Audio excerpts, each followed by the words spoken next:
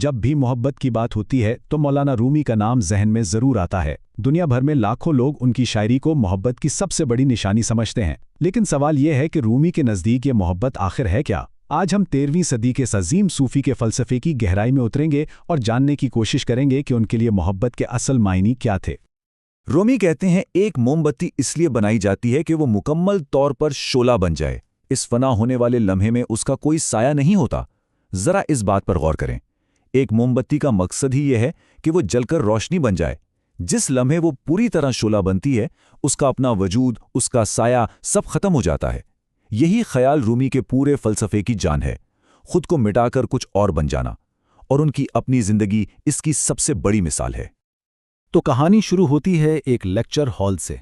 यहाँ एक बहुत बड़े आलिम हैं, जलालुद्दीन मोहम्मद रूमी, जो अपने शागिर्दों को पढ़ा रहे हैं। जहन में रखिएगा, ये कोई शायर या सूफ़ी नहीं, बल्कि कानून और मंतिक के एक नहायत ही काबिल एहतराम माहिर हैं। और फिर अचानक इस इल्मी महफिल में एक बुजुर्ग दाखिल होते हैं। हुलिया कुछ अजीब सा, और वो सीधा रूमी के पास जाकर उनकी किताबों के अंबार की तरफ इशारा करते हैं और पूछते हैं, ये सब क्या है? अब रूमी, जिन्हें अपने इल्म पर बड़ा नाज था, उन्हें यह दखलंदाजी बिल्कुल पसंद नहीं आई। एकदम भड़क उठे और बोले, ये वो चीजें हैं जो तुम्हारी समझ से बाहर हैं। और उसके बाद जो हुआ वो किसी ने सोचा भी नहीं था। रूमी की आंखों के सामने उनकी वो कीमती किताबें, जिन पर उन्हें इतना फख्र था, अचानक आग पकड़ लेती हैं, जबकि वहां आग जलाने का कोई सामान तक मौजूद नहीं था। इस बुजुर्ग ने बड़े सुकून से रूमी के ही अल्फाज उन्हें लौटा दिए। ये वो चीजें हैं जो तुम नहीं समझ सकते।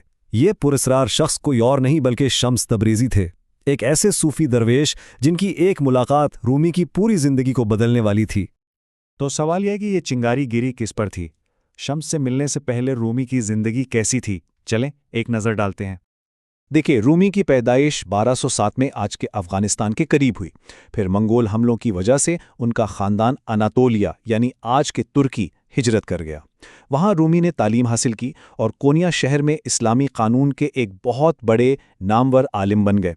उनकी पूरी दुनिया किताबों, बहस मुबाहिसे और मंतिक के गिर्द घूमती थी। तसव्वुफ़, रूहानियत, इन चीज़ों से उन्हें कोई ख़ास दिलचस्पी नहीं थी। यानी रूमी की दुनिया थी इल्म की, किताबों की, लेकिन शम्स उन्हें एक बिल्कुल मुख्तलिफ दुनिया में लाने वाले थे, तसव्वुफ़ की दुनिया। ये इस्लाम के अंदर वो रूहानी रास्ता है जहां खुदा को किताबों से नहीं बल्कि दिल के बराह रास्त तजुर्बे से पाने की कोशिश की जाती है। तो शम्स की बस एक मुलाकात ने रूमी की दुनिया उलट कर रख दी। एक आलिम, एक स्कॉलर, आशिक कैसे बना? ये है उनकी तब्दीली का अगला सबसे अहम मरहला। देखें, शम्स के आने से रूमी की जिंदगी में कैसा इनकलाब आया। पहले उनकी तवज्जो का मरकज़ था इस्लामी कानून, अब बन गया इश्क़ इलाही। पहले मकसद था इल्मी मर्तबा हासिल करना, अब मकसद था खुदा से जा मिलना। और रास्ता किताबों और सफ़ों से निकलकर सीधा रूहानी तजर्बे तक पहुंच गया। रूमी ने खुद इस तब्दीली को क्या खूबसूरत अल्फाज दिए हैं। वो कहते हैं, मोहब्बत ना इल्म में है ना जानकारी में। इंसानों की बहसें जहां भी ले जाएं, वो आशिक का रास्ता नहीं है। मतलब साफ है, असल रास्ता दिमाग का नहीं, दिल का है।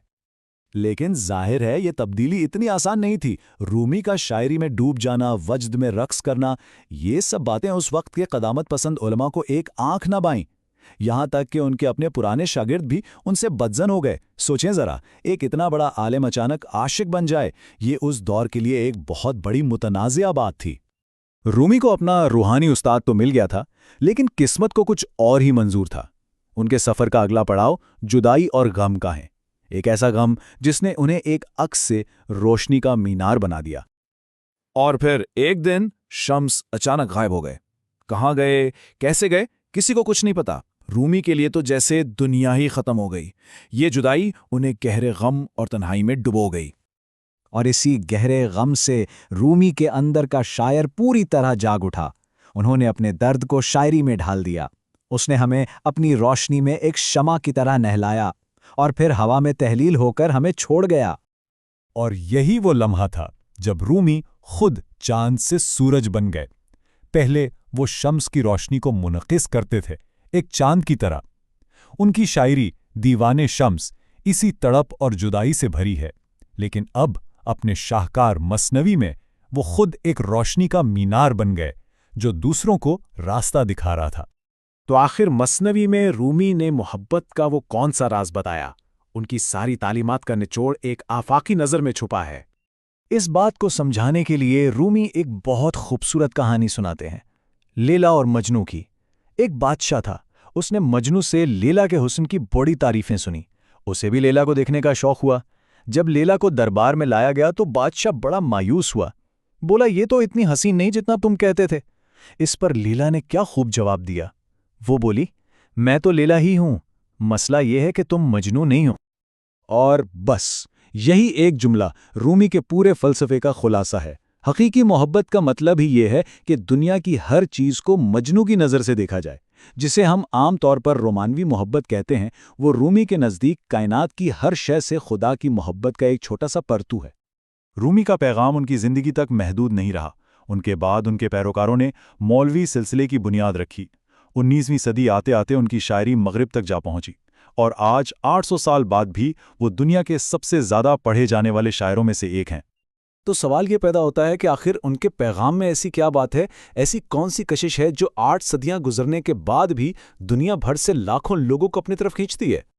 शायद इसका जवाब यह है कि रूमी का पैगाम कोई तारीखी किस्सा नहीं बल्कि एक जिंदा दावत है। वो खुद कहते हैं, अगर तुमने राह इश्क में हिम्मत हार दी है तो मेरी तरफ भागाओ, मैं एक नाकाबिल तस्खीर किला हूं। और ये दावत सिर्फ उनके ज़माने के लिए नहीं थी, ये आज भी हर उस इंसान के लिए है जो मोहब्बत के रास्ते पर चलकर खुद को पाना चाहता है।